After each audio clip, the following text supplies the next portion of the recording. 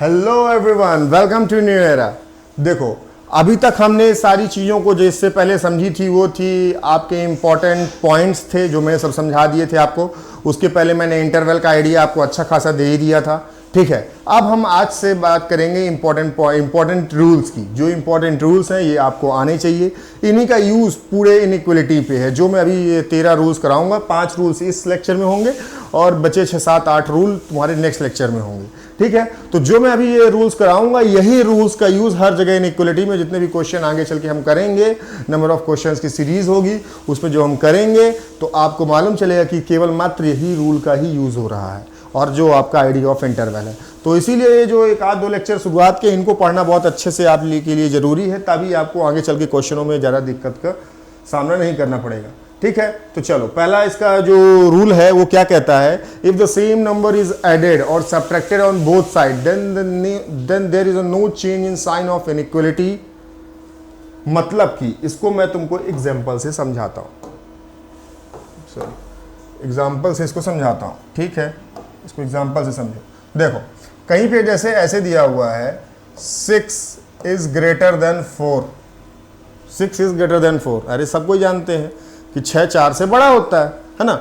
6 is greater then 4, 6 4 से बड़ा होता है। अच्छा, तो इसमें क्या बोल रहा है पहले रूल में कि if the same number is added or subtracted on both side and there is no change in sign of inequality, means that इसका यहां पे ये निकल रहा है कि if any same number is added on both side or subtracted on both side then there is no change in sign of inequality. तो चलो ऐसा करके हम इस पे देखते हैं क्या है। कोई हम सेम नंबर लेते हैं, जैसे कि 3 को ले लो, 3 को ले लो।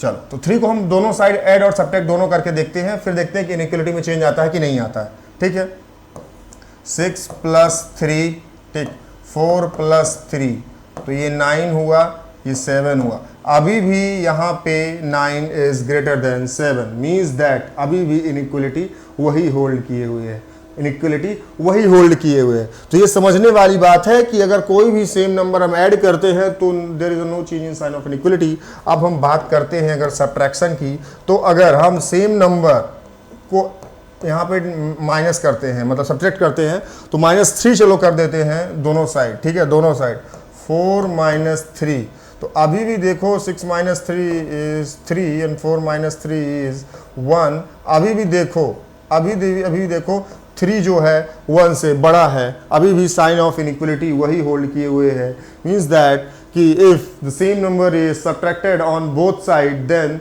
There is no change in sign of inequality. ठीक है, चलो सेकंड रूल पे बात करते हैं। सेकंड रूल पे क्या बोल रहा है? सेकंड रूल पे ये बोल रहा है if positive number is divided or multiplied on both side then there is no change of sign of inequality. Means that इसमें कुछ ऐसा बोल रहा है कि कोई नंबर है, लेट्स से इट बी 4 5 6, कुछ भी नंबर मान लो। जैसे कि मैं मान लेता हूँ यहाँ पे कोई नंबर यहाँ पे तुम्हारे दिया हुआ है 4, ठीक, यहाँ पे दिया हुआ है 3, 4 इज ग्रेटर देन 3। अगर कहीं पे 4 इज ग्रेटर देन 3 दिया हुआ है ना, होता ही है, 4 से 3 बड़ा ही होता है, 4 जो होता है वो 3 से बड़ा ही होता है ना। तो देखो यहाँ पे मैंने बताने का मतलब क्या है, ये मैं थोड़ा सा छोटी वैल्यू इसलिए ले रहा हूँ ताकि तुमको अच्छे से समझ में आए चीज़ों को। तो अगर यहाँ पे कुछ ऐसे बोल रहा है any positive number is divided or multiplied, तो चलो इसमें हम किसी भी पॉजिटिव नंबर को डिवाइड करते हैं। लाइक मैं इसमें 2 पे डिवाइड करता हूँ, फिर देखता हूँ कि इसकी साइन ऑफ इनइक्वलिटी चेंज होती है कि नहीं होती है। ठीक है, इसको 2 पे मैं डिवाइड करता हूँ, तो अगर इसको मैं 2 से डिवाइड करूँगा दोनों साइड, तो जो हमारा आंसर आएगा ये 2 आएगा, ये आएगा 1.5 के समथिंग आएगा, है ना। तब देखो तो 2 तो बड़ा है 1.5 से, अभी भी साइन ऑफ इनइक्वलिटी वही होल्ड किए हुए है, साइन ऑफ इनइक्वलिटी वही होल्ड किए हुए है। तो मतलब कि इससे कंक्लूजन यही निकलता है कि किसी भी पॉजिटिव नंबर को अगर हम डिवाइड करेंगे किसी नंबर से बोथ साइड, दोनों साइड पे, then there is no change in sign of inequality. चलो मल्टीप्लाई पे बात करते हैं। अगर मल्टीप्लाई पे बात करते हैं तो मल्टीप्लाई पे जैसे कोई मैंने नंबर इसी नंबर की बात करते हैं। चलो 4, जैसे 4 है और ग्रेटर देन 3, ठीक, मैंने ऐसा कुछ बोला 4 इज ग्रेटर देन 3, तो अगर इस पे मैं मल्टीप्लाई करता हूं किसी सेम नंबर का, लाइक 2 का करता हूं, फिर देखता हूं कि साइन ऑफ इनइक्वालिटी चेंज होता है कि नहीं। तो 4 इंटू 2, 3 इंटू 2, तो ये 8 हो गया, ये हो गया 6। अभी भी 8 ग्रेटर देन 6 है, अभी भी 8 ग्रेटर देन 6 है। तो मतलब कि if same number is, if any positive number is multiplied or divided on both sides, then there is no change of sign of inequality। बेटा जो अभी 2 पॉइंट बताया बहुत इंपॉर्टेंट पॉइंट है, ये आपको मालूम होने चाहिए। मैं अभी छोटी सी वैल्यू लेके आपको बताया हूँ। ये अगर आपको ऐसे ही, जैसे कि अभी प्रीवियस वाले पॉइंट पे अगर ऐसे ही आपको यहाँ पे कुछ ऐसे बोल देता है 3x upon 4 is greater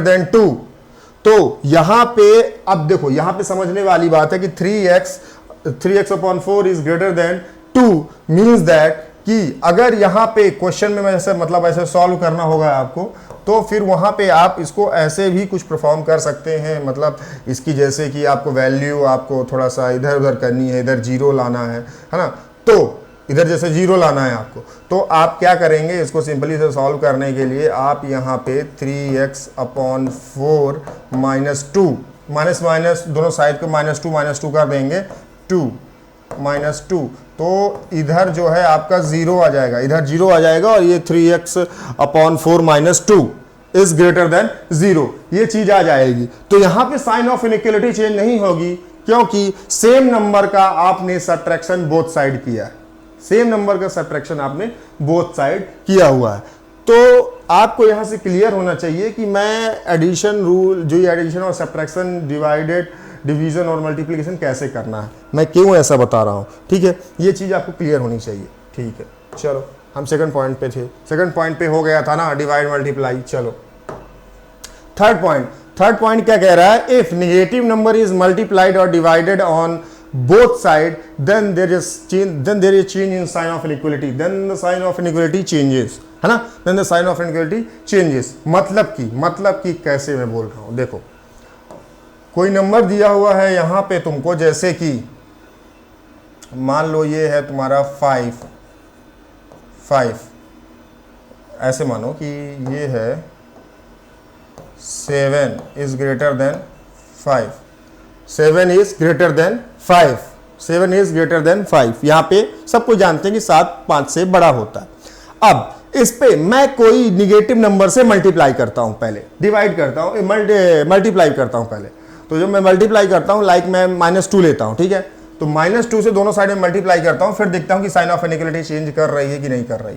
7 into -2, ठीक है, -2, और यहां पे इस साइड में करता हूं 5 इंटू -2, ठीक है। तो 7 इंटू -2 क्या होता है, -14 होता है, -14 होता है। 5 इंटू 2 क्या होता है, -10 होता है, -10 होता है। चलो, तो यहां से एक चीज तो तुमको मालूम चली गई होगी कि -14 जो होता है वो -10 से छोटा होता है, -14 -10 से छोटा होता है। मतलब कि यहाँ पे आपका जो ये साइन है इनइक्वालिटी है, ये चेंज कर गई। पहले 7 ग्रेटर देन 5 था, जैसे ही -2 से हम मल्टीप्लाई किए तो साइन ऑफ इनइक्वालिटी चेंज कर गई। आप अगर जिसको ये समझ में नहीं आ रहा कि -14 कैसे -10 से बड़ा होगा, तो देखो बेटा ऐसा है कि ये नंबर लाइन होती है, और नंबर लाइन के थ्रू आप समझ सकते हो, कहीं पे आपका यहाँ पे 0 होता है ना, और इधर सारी निगेटिव वैल्यू होती हैं, इधर सारी पॉजिटिव वैल्यू होती हैं, ठीक है, इधर सारी पॉजिटिव वैल्यू होती हैं। तो यहाँ पे आपका चालू होता है -1 -2, तो जितना आप -इन्फिनिटी तक जाएंगे उतनी वैल्यू आपको छोटी होती जाएगी, और जितना आप इधर +इन्फिनिटी तक जाएंगे तो वैल्यू बड़ी होती जाएगी, ठीक है। तो आप ये चीज़ समझ रहे होंगे, ठीक है। चलो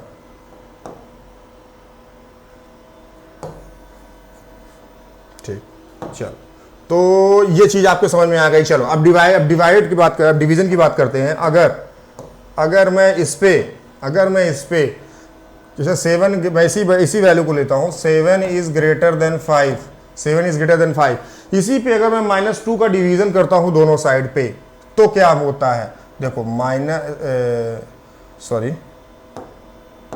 दिस इज 7, है ना। -2 का मैं डिवीजन बोथ साइड कर रहा हूँ, डिवाइड कर रहा हूँ -2 से बोथ साइड पे, है ना। तो ये माइनस तो हो ही जाएगा, है ना। तो इसका जो यहाँ पे जो इसको डिवाइड करने पे आएगा 2 3 6, है ना, 1 5 मतलब 7 3.5 आ जाएगा माइनस पे। और यहाँ पे आ जाएगा 2 2 जा 4, 2.5 माइनस पे। तो आपको नंबर लाइन पे मैंने जैसे बता ही दिया, नंबर लाइन पे बता दिया कि इधर जाते जाएंगे तो माइनस इन्फिनिटी साइड तो वैल्यू छोटी होती जाएगी। तो यहाँ पे क्या मैंने लिखा था 7 ग्रेटर देन 5, लेकिन यहाँ पे जैसे ही मैंने -2 नंबर से इसको डिवाइड किया वैसे ही इसका जो साइन ऑफ इनइक्वालिटी है वो चेंज कर गया। मतलब कि यहाँ पे -2.5 इज ग्रेटर देन -3.5। ठीक है, तो आपको थर्ड रूल समझ में आ गया होगा। ठीक है, चलो, no squaring both sides of inequality, है ना। No squaring is allowed on both sides of inequality. Why? ऐसा क्यों? देखो एक एग्जांपल से समझते हैं इसको, एग्जांपल है यहाँ पे -5, जैसे एग्जांपल यहाँ पे दिया हुआ है -4 is less than 5, -4 is less than 5, -4 is less than 5। अगर ऐसा दिया हुआ है -4 इज लेस देन 5, तो अगर इसको तुम स्क्वायर करोगे, तो यहाँ पे जो तुम्हारे वैल्यू है, अगर अच्छा दोनों साइड जब स्क्वायर अगर तुम लेते हो तो यहाँ पे तुम्हारी जो वैल्यू आ जाएगी वो आ जाएगी 16, है ना, लेस देन 25,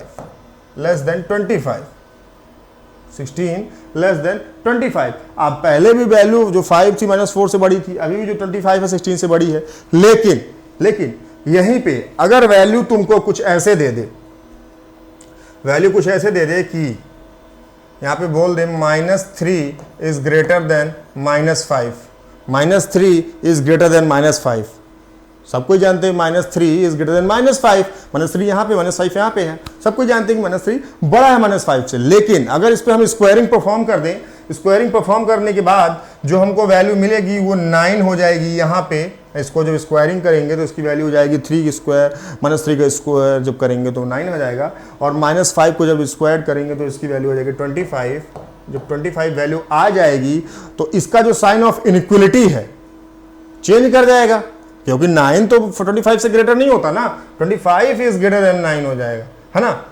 तो यहाँ पे साइन ऑफ इनइक्वालिटी चेंज कर गई, साइन ऑफ इनइक्वालिटी चेंज कर जाएगी, है ना। तो इसीलिए स्क्वायरिंग यहाँ पे डायरेक्टली अलाउड नहीं होती है। अच्छा, स्क्वायरिंग कब अलाउ होगी? तो देखो मैं एक चीज बताए देता हूँ तुमको,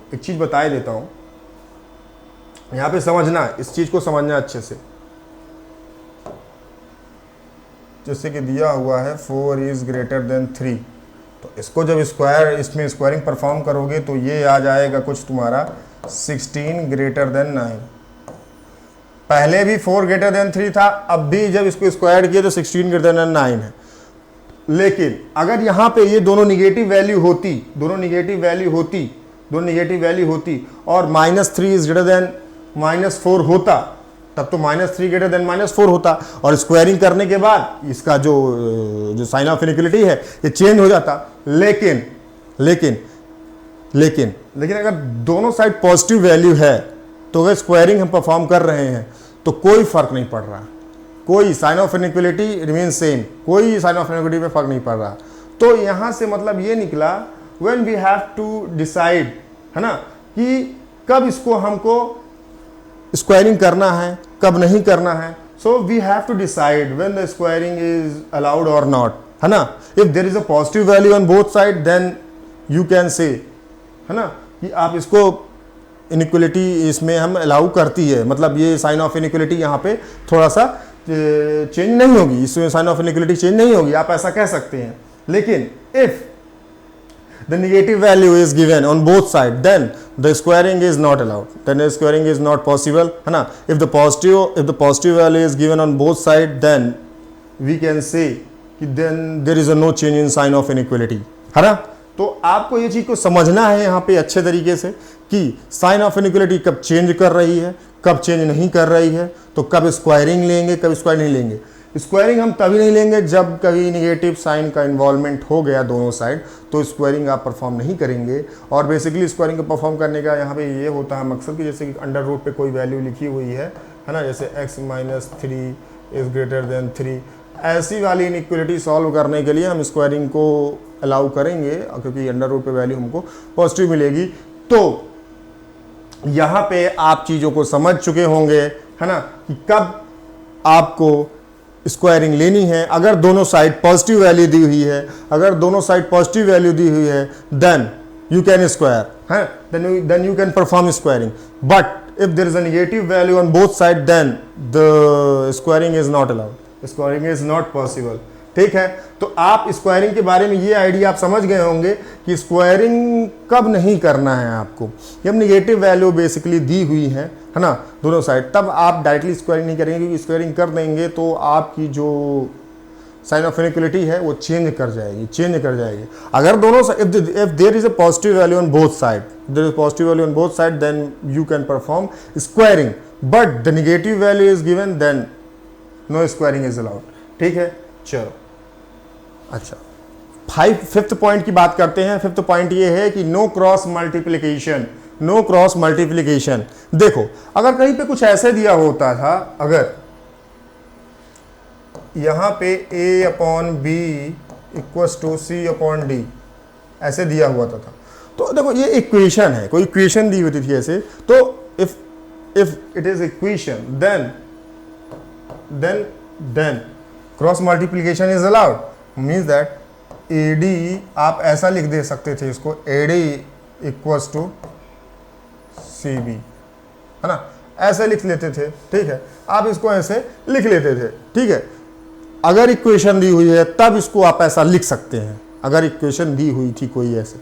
लेकिन इनइक्वालिटी के केस में ऐसा नहीं है, ये गलत हो जाएगा। यहाँ पे आपका रॉन्ग अप्रोच होगा मैथमेटिक्स के लिए कि अगर आप a अपॉन बी, अगर कहीं पे अगर ऐसा दिया हुआ है a upon B is greater than c upon d, अगर ऐसा दे दिया है बेटा, ऐसा दे दिया है, तब यहाँ पे क्रॉस मल्टीप्लिकेशन सही नहीं होगा कि आप ऐसे लिख दें डायरेक्टली AD जो ग्रेटर देन CB, ऐसे नहीं हो, ऐसा नहीं लिख सकते, ऐसा नहीं लिखना है, कतई ऐसा नहीं लिखना है आप लोगों को। ठीक है, यहाँ पे आपको सिंपली अगर क्रॉस मल्टीप्लिकेशन अगर आपको ऐसा कुछ दिया हुआ है इनइक्वालिटी में, मतलब कि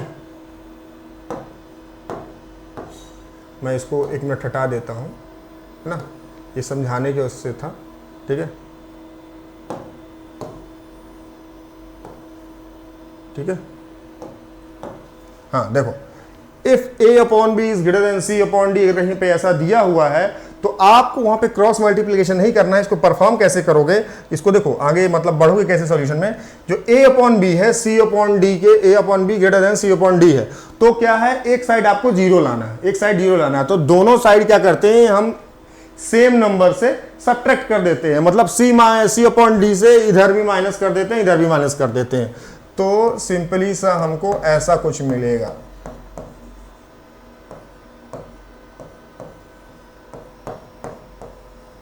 है ना। तो यहाँ पे आपको ग्रेटर देन 0, ठीक है, ग्रेटर देन 0 आपको ये चीज मिलेगी। तो क्रॉस मल्टीप्लिकेशन आपको अलाउ नहीं है। आपको कोई भी इक्वेशन दी हुई है ऐसे कुछ करके है ना, न्यूमरेटर डिनोमिनेटर में कोई वैल्यू दी हुई है, ऐसा कुछ करके दिया है फ्रैक्शन में, तो आप इसको ऐसे परफॉर्म करेंगे। ठीक है, चलो, है ना। तो ये हो गया आपका 5th पॉइंट। ठीक है, चलो, आपको ये सारी चीजें समझ में आ गई होंगी। ठीक है, अच्छा, आपके 5 पॉइंट डिस्कस हो चुके हैं यहां तक, है ना। अब जो इसका 6 पॉइंट से 13 पॉइंट्स तक है उसको आप नेक्स्ट लेक्चर में देखेंगे ना। नेक्स्ट लेक्चर में आपके वो चीज़ आ जाएंगी, है ना। वो और जितने ये 13 पॉइंट्स में करा रहा हूँ, यही इंपॉर्टेंट जितने भी, सॉरी ये पॉइंट्स नहीं, ये रूल्स हैं, तो 13 में रूल्स जो करा रहा हूँ ये बहुत इंपॉर्टेंट है। यही पूरे इनइक्वालिटी की जान है ना, पूरी इनइक्वालिटी की जान यही है। So it should be very very clear to you कि आपको ये सारे इंपॉर्टेंट रूल्स याद होने चाहिए। ये सारे इंपॉर्टेंट रूल्स याद होने चाहिए। इनको आप याद करना क्या है, इनको समझ लो सिंपल सा कि जब थोड़ा सा लॉजिक लगा लोगे तो इनइक्वालिटी अच्छे से समझ में आ जाएगी, है ना, कोई रॉकेट साइंस नहीं है। ठीक है, तो चलो ये सब कुछ हो गया। अब हम नेक्स्ट लेक्चर में पढ़ेंगे 6 पॉइंट से 13 पॉइंट तक के बीच में समझेंगे। ठीक है, थैंक यू।